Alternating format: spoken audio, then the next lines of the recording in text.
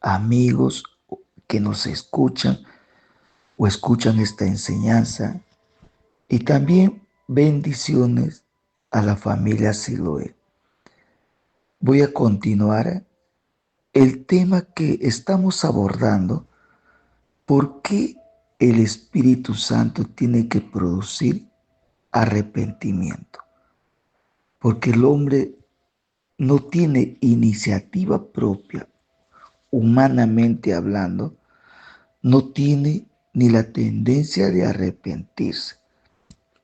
No, eso ya hemos visto antecedentes bíblicos que Dios nos muestra que es imposible el hombre que de por sí se arrepiente o que el hombre ame a Dios. El hombre no ama a Dios. Todo lo contrario. Hemos visto cómo la palabra nos enseña poderosamente que el hombre no ama a Dios, no puede amar a Dios. Tiene que tener una intervención divina de parte del Espíritu Santo. Eso es lo que tenemos que entender. Y vamos a tocar un punto, casi el último ya, en cuanto a por qué Dios tiene que producir el arrepentimiento en la persona. Dios produce el arrepentimiento. Esto sería el número 4, o sea, el cuarto antecedente bíblico que nos muestra la palabra que el hombre es incapaz, es imposible que de por sí solo el ser humano humanamente corre a arrepentirse a Dios, es imposible. Entonces yo te invito que me acompañes al capítulo 59 de Isaías 59, donde vamos a encontrar la actitud, la naturaleza del ser humano, del hombre, delante de Dios. Dice los versículos 9 y 10 del capítulo 59 de Isaías. Dice el versículo 9: por esto se alejó de nosotros la justicia y no nos alcanzó la rectitud. Esperamos luz, he aquí tinieblas, resplandores, y andamos en oscuridad. Es decir, otra de las evidencias de la prueba que el hombre de por sí solo humanamente no se va a arrepentir es que se encuentra en tinieblas, en oscuridad. En esa dimensión donde se encuentra el hombre, toda maldad realiza, toda depravación hace, toda iniquidad practica, todo lo malo. En ese sentido, el hombre tiene el corazón malo para con Dios. El 10: palpamos la pared como ciegos y andamos a tientas como sin ojos. Tropezamos a mediodía como de noche. Estamos en lugares oscuros como muertos. Esa es la condición. Esa es la condición del hombre. Y vamos a agregar el 10, que no tiene salvación el hombre, humanamente hablando. Gruñimos como osos, todos nosotros, y gemimos lastimeramente, o sea, lastimeramente, como palomas, esperamos justicia. Y no lo hay, salvación, y se alejó de nosotros. Más bien, el hombre se multiplica a reproducirse en maldad, en la depravación, en todo lo que es pecado contra Dios. Mira lo que dice el versículo 12: porque nuestras rebeliones se ha multiplicado delante de ti y nuestros pecados han atestiguado contra nosotros, porque como nosotros están, mira, ve, porque con nosotros están nuestras iniquidades y conocemos nuestros pecados. Esa es su naturaleza del ser humano caído. Entonces, la cuarta parte de prueba es que el hombre está en oscuridad. Y el ser humano no ama la luz, no ama la luz, ama las tinieblas, se inclina a las tinieblas, se hunde en las tinieblas, busca las tinieblas, porque ahí nadie le va a corregir sus pecados, sus malos hábitos, no va a ser corregido sus malas acciones en la oscuridad.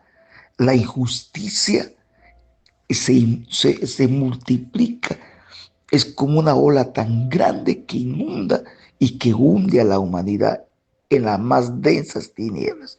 Y Jesús lo describe. Y te voy a pedir que me acompañes al Nuevo Testamento en lo que Jesucristo habla a los fariseos, a sus discípulos, en el capítulo 3 de Juan.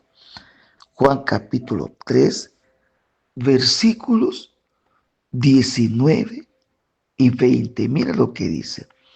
El versículo 19 dice de la siguiente manera. Dice así: y esta es la condenación, que la luz vino al mundo y los hombres amaron más las tinieblas que la luz, porque sus obras eran malas.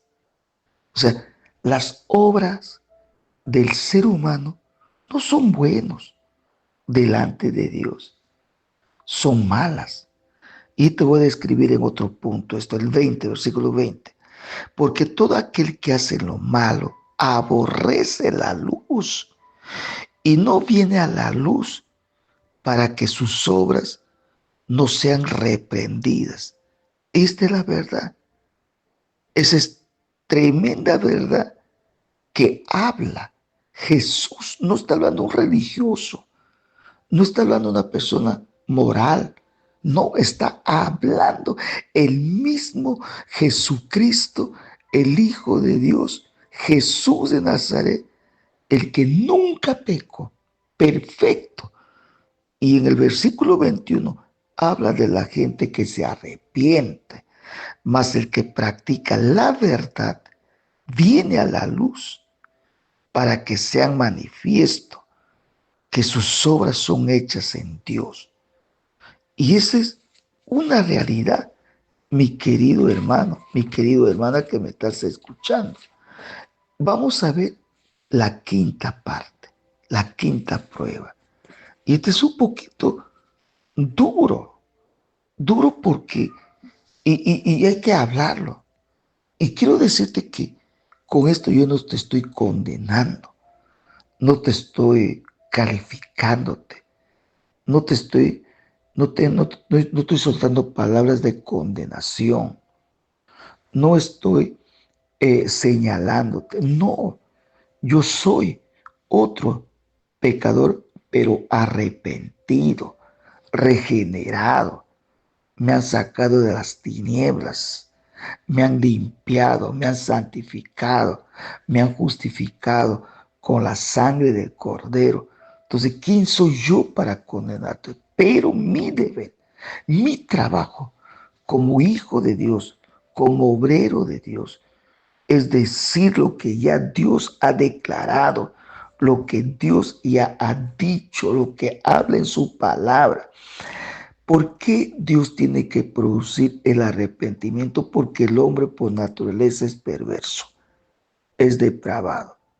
Regresemos a Jeremías 17:9. Mira lo que dice. Engañoso es el corazón más que todas las cosas. Mira la condición del corazón del ser humano. No, mira el corazón del ser humano, por más que sea un hombre intelectual, científico, reverendo, un papa, un cura, un pastor, un religioso, aunque tú digas, yo no soy religioso, no pertenezco a ninguna iglesia, aunque eso es falso, no hay neutros, todo ser humano, catedrático, fiscal, juez, los de la corte, toda esa gente en eminencia que tienen cara de santo, toditos, la Biblia describe que son depravados, se inclinan al mal. Y dice, engañoso, el corazón es mentiroso por naturaleza, más que todas las cosas, y es perverso, equivale depravación. ¿Quién le va a conocer? Solamente Dios. Y Él está hablando aquí. Yo Jehová que escudriño la mente, pruebo el corazón. O sea, Dios se escudriña y Él conoce. Él es el único que te puede juzgar. Ahora, y quiero hablarte algo, que la depravación tiene una raíz terrible, maligna, que el ser humano practica la sabiduría maligna, terrenal, es animal, diabólica, es espiritual, pero es maligna. Te voy a pedir que me acompañes al libro de Santiago, al capítulo 1. Santiago está en el Nuevo Testamento después de Hebreos. Está Santiago, el capítulo 1, versículo 14. Mira lo que dice. Mira, describiendo a dónde más es su tendencia, su inclinación del corazón del ser humano no regenerado, no convertido, no arrepentido, hacia aunque crea en Dios. Mira lo que dice versículo 14 de Santiago capítulo 1, sino que cada uno es tentado cuando de su propia concupiscencia es atraído y seducido. Y esa concupiscencia se engendra, se concibe, el hombre lo concibe, dice el versículo 15. Entonces la concupiscencia, después que ha concebido, o sea, se ha quedado embarazada, da a luz el pecado, y el pecado produce muerte. Sí, mira acá, y el pecado siendo consumado alumbra la muerte. Entonces, otra de las pruebas que el hombre de por sí solo no busca a Dios, no ama a Dios, aunque diga yo amo a Dios a mi manera, eso describe su peor desgracia a esa persona. Y aunque diga no, yo amo a Dios, siempre hago mis oraciones, yo rezo, pero entienda esto. Entonces, tienes que entender esto, la concupiscencia es como la raíz y eso le hace al hombre la tendencia de hacer lo malo. Eso describe que el hombre por naturaleza es corrompido y su tendencia es a pecar. Ahora, dentro de ese concupiscencia, cuando dice cada uno es tentado, seducido, quiere decir que la persona es compulsivo, es impulsivo al pecado, a hacer lo malo. Sus impulsos son impuros y como sus impulsos o personas compulsivas se inclinan a hacer lo impuro, todo es corrompido y te voy a demostrar también en Tito. Rapidito vamos al libro de Tito, es antes de Hebreos. Tito, el capítulo 1, versículo, es antes de Filemón. Tito 1, versículo 15. Mira lo que dice, hijo de Dios, hija de Dios, amigo, amiga que me estás escuchando. Dice el versículo 15 de Tito, capítulo 1, dice, todas las cosas son puras para los puros, mas para los corrompidos e incrédulos nada le es puro, pues hasta su mente y su corazón y su conciencia están corrompidos. Profesan, dicen, hablan conocer a Dios, pero con sus hechos impuros, corruptos, lo niegan, siendo y se convierten en abominables, rebeldes, reprobados en cuanto a toda buena obra. Esa es la condición de esta gente. Ahora, la concupiscencia consiste como sigue. Entonces, ¿qué significa la concupiscencia? La suma de actos pecaminosos, sucios, que son delante de Dios, males. ¿Y cuáles son esas sumas de males que produce la concupiscencia? La lujuria, la lascivia, la codicia, el odio, la venganza,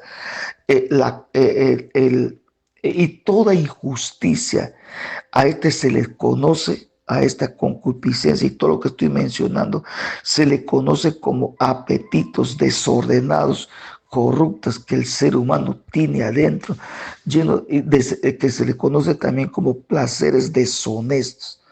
Por más que seas presidente de la nación, por más que seas príncipe, rey de tal país, reina de tal país, pero su corazón no regenerado, esa reina, ese rey, ese príncipe, presidente de la ONU, del derecho humano, toda esa gente son corruptas mientras no son regenerados, corruptas, depravados, imposible buscar a Dios, solamente se inclinan a hacer el mal, maquinan en su cama, en su recámara más oculta, para hacer barbaridades, desgracia, maldad y toda obra perversa, maligna. Dice la Biblia que maquinan sus pensamientos de hacer lo malo. Eso está describiendo que el ser humano no puede arrepentirse por sí solo, menos buscar a Dios, menos amar a Dios.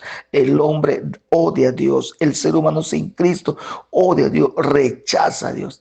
Ahora, y quiero describirte esto, un poquito largo va a ser esta enseñanza, pero ya casi es la última. Estoy describiendo por qué es imposible que el hombre se arrepienta, al menos que el Espíritu Santo le convenza de su pecado. El hombre, el ser humano como caído, que pertenece a una raza caída, el hombre se enfrenta a tres grandes enemigos que consigo mismo está. El mismo hombre se convierte en su propio enemigo. Número uno, el poder de la carne. El poder de la carne. De lunes a domingo, las 24 horas, el hombre no regenerado es titánico y no entiende su lucha contra su propia carne, contra su propia naturaleza. Y es tan duro esto porque tiene tres especies muy fuertes que le carcome, y uno de ellos es esto que le carcome al ser humano, por más educada que sea, por más títulos que sea, por más educado que sea, por más que tenga ética fina, pero que le carcome estas tres yo le puedo decir especies de mal que les va carcomiendo. Número uno, el deseo de la carne, que es la concupiscencia, el deseo de la carne. Por eso es que habiendo concebido, dice el versículo 15 de Santiago capítulo 1, no, habiendo concebido, da a luz el pecado. Entonces le carcome las tres cosas: la lujuria, la lascivia y la codicia, que son tres grandes líneas que se mueven en esta sociedad hundida y oscura. Entonces, la concupiscencia está que le carcome el deseo de la carne. Y el número dos, el deseo de los ojos, lo que ve por ahí mujeres, hombres, ve cosas. Por eso es que el hombre se inclina a ver pornografía, incluso las mujeres, y cosas que les va matando todos los días. Número tres, el número tres, estos tres grandes enemigos que son una especie de mal: el deseo de la vanidad, el deseo de ser reconocido, el deseo de ser alabado, el deseo de ser aplaudido, el deseo de ser que me den algarabía, el deseo de que me conozcan, que yo sea famoso. Este equivale a tener un espíritu luciferino. ¿Y dónde encontramos eso? ¿Dónde encontramos? En Primera de Juan el capítulo 2. Acá están estos tres grandes especies de mal que les carcome a los que no son regenerados. Y esta es la concupiscencia en todo su poderío. Versículo 16. Primera de Juan capítulo 2, versículo 16. Porque todo lo que hay en el mundo, los deseos de la carne, ahí está la concupiscencia, los deseos de los ojos, ahí está la concupiscencia, y la vanagloria de la vida no proviene de Dios toda esta cosa, sino del mundo. La vanagloria, vanidoso, creído, petulante, altanero, con el cuello erguido, ¿no? Pavo real. Hay millones y millones y millones de impíos así, creídos, petulantes, arrogantes. Ese es el espíritu de Satanás que se le conoce el espíritu luciferino. Luciferino. Entonces, estos tres grandes males está que le consume al ser humano y no puede vencerlo. El hombre de por sí no puede vencerlo. No, es imposible que lo haga. No puede vencerlo. Y quiero terminar con esto. En cambio, el cristiano, el Hijo de Dios, tiene el espíritu de poder que le hace vencedor. Y ese versículo nos muestra el poder que tiene un hijo de Dios, porque Dios nunca a sus hijos los deja al margen o a la merced de estos grandes poderes de las tinieblas que vienen del corazón de Satanás. Mírame, te doy esto para los hijos de Dios. Bienaventurado el varón que soporta la tentación. Este soportando quiere decir tolerar, estar aguantando ahí como masoquista. No, no, no, no, no, no. Por cuanto, mira, porque cuando haya resistido la prueba, va a recibir la corona de la vida. Mira, que Dios prometió a los que le aman. Felices o dichosos el varón que soporta. Humanamente no está hablando acá, está hablando de este poder que el Espíritu Santo nos da. Y termino con esto que está en 2 de Timoteo 1:7. Dice así, 1:7.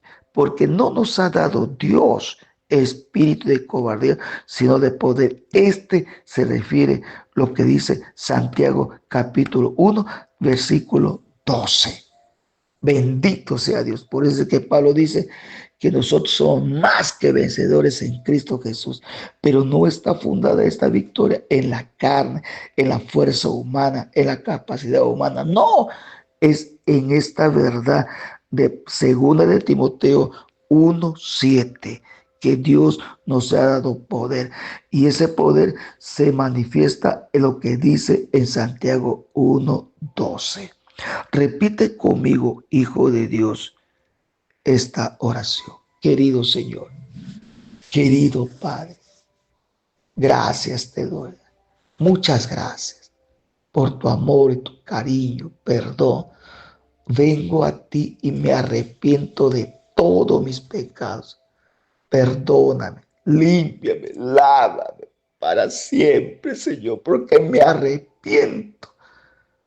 En el nombre de Jesús. Amén y amén.